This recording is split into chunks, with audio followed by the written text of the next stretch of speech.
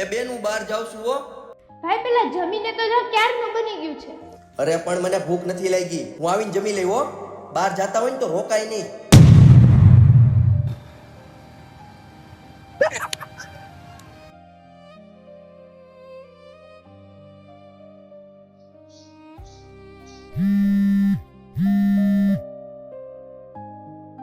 Hello. ભાઈ હવે ક્યારે આવીશ? જમવાનું આમનેમ પડ્યું છે. અરે યાર તને વાંધો શું છે મારાથી? એકવાર તો કીધું કે મને ભૂખ લાગશે એટલે ખાઈ લે. હવે ફોન ન કરતી. એટલે આ ભાઈ તારી બેન ઉપર એટલી બધી રાઈડું હું નાખો છો? અરે ભાઈ જ્યારે હોય ત્યારે નકરા ફોન જ કરે રાખે. ખબર નહીં પડતી હોય ને હું કઈ નાનો છોકરો છું? ભાઈ જ્યારે માં ન હોય ને ત્યારે એક બેન જ એવી હોય જે આપણું માં જેવું ધ્યાન રાખતી હોય અને ચિંતા કરતી હોય. અને હજી જો તને વિશ્વાસ ન આવતો હોય ને તો બેનને ફોન કરીને પૂછ કે તે ખાધું કે નહીં.